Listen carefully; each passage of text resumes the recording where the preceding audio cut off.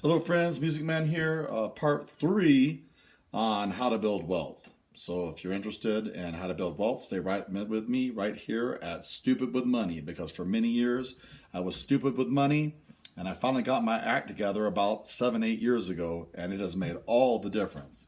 Coming at you.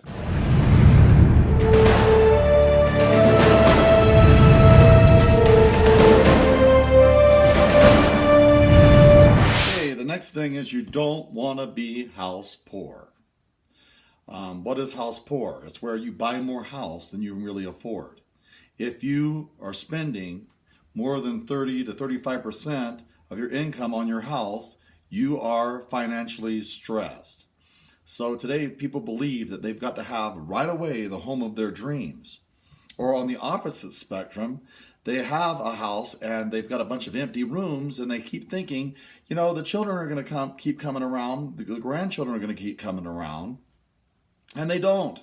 So they got this big empty house where they could sell that house and downsize to a smaller home, and they would not be financially stressed. So both of these arenas are where you can look at building wealth, because having a big expensive house with empty rooms that have to be cleaned is not wealth. Probably going to have some arguments down below on this one, but a house really is not an asset. It is a liability.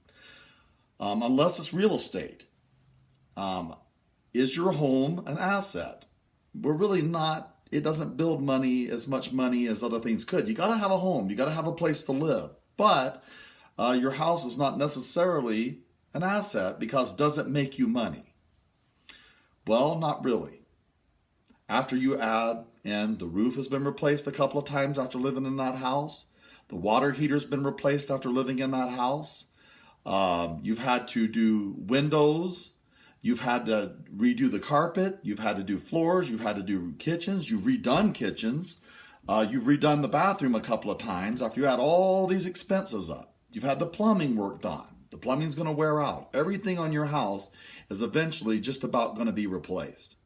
And because of that, I don't see the house as an asset. I see it as more of a liability, because you're basically going to break even, or even maybe lose money if it's 2008, or if it's like 1989, or like the great, or 1929. You're going to lose money when it comes to your house. So my advice is buy a modest home, save the biggest down payment you can, pay it off as quickly as you possibly can. Nobody really cares. And that's the sad thing. You think you're going to impress people by buying a big mini mansion. Nobody really cares. What's impressive is when you have all this money invested and you have it sitting there compounding interest. That's impressive. A big house, people might look over at your house and go, well, that's a big, nice house. But the question is, who's going to clean it? Till tomorrow. Take care. See ya.